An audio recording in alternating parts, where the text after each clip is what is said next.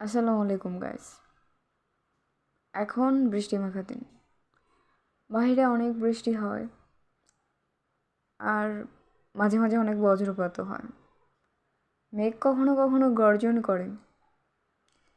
আর এরকম মোমেন্টে আসলে কি মনে হবে? অনেক কিছুই মনে হবে বৃষ্টিতে ভিজি, কিন্তু বৃষ্টিতে ভিজতে চাইলেও ভেজা বারণ। এর কারণ হলো ইদানিং দেখা যাচ্ছে প্রচুর পরিমাণে বজ্রপাত হচ্ছে।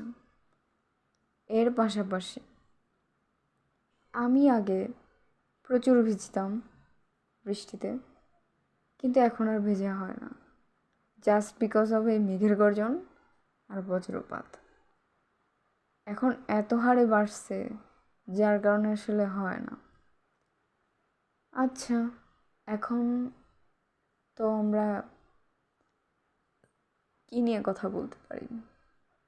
এখন আসলে আমার পুরো সময়টাই অবসর, তাই এভাবেই সময় কাটানোর চেষ্টা।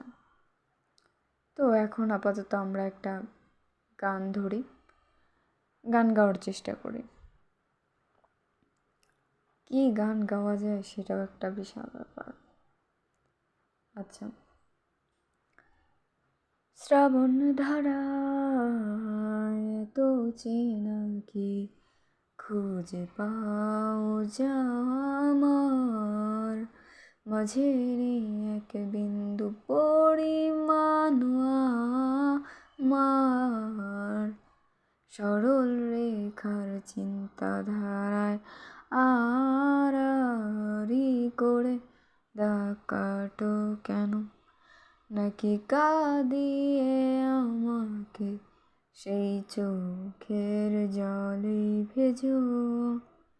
তৃষ্ণার তৈরি হৃদয় আমি মরিচিকার মতো,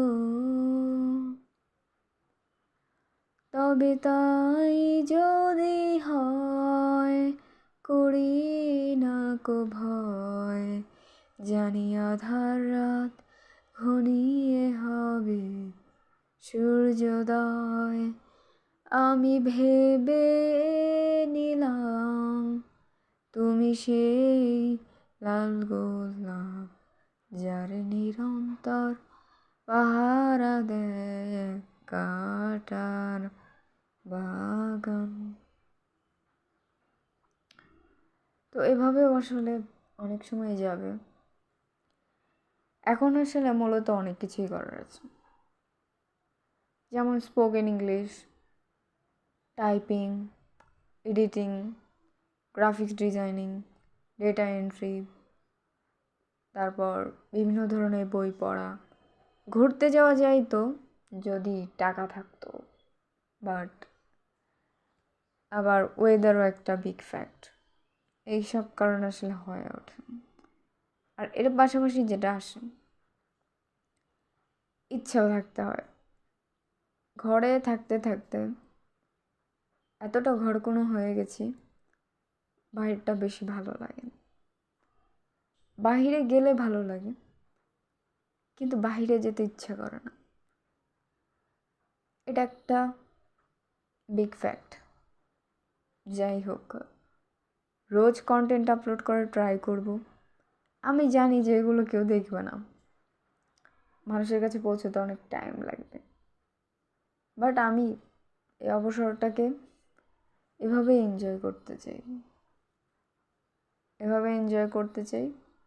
আর আগামী যতদিন বা যত বছর ইচ্ছা হয়তো বা কন্টেন্ট শেয়ার করার ট্রাই করব, মেবি এডুকেশনাল টাইপেরও ট্রাই করব। দেখা যাক আসলে কি করি না করি। এখন একা একাই বকাচ্ছি, আর একা একাই মেবি শুনবো, কারণ এগুলো কে শুনবে? এগুলো কেউ শোনে না। যাই হোক, আজকে এই পর্যন্তই।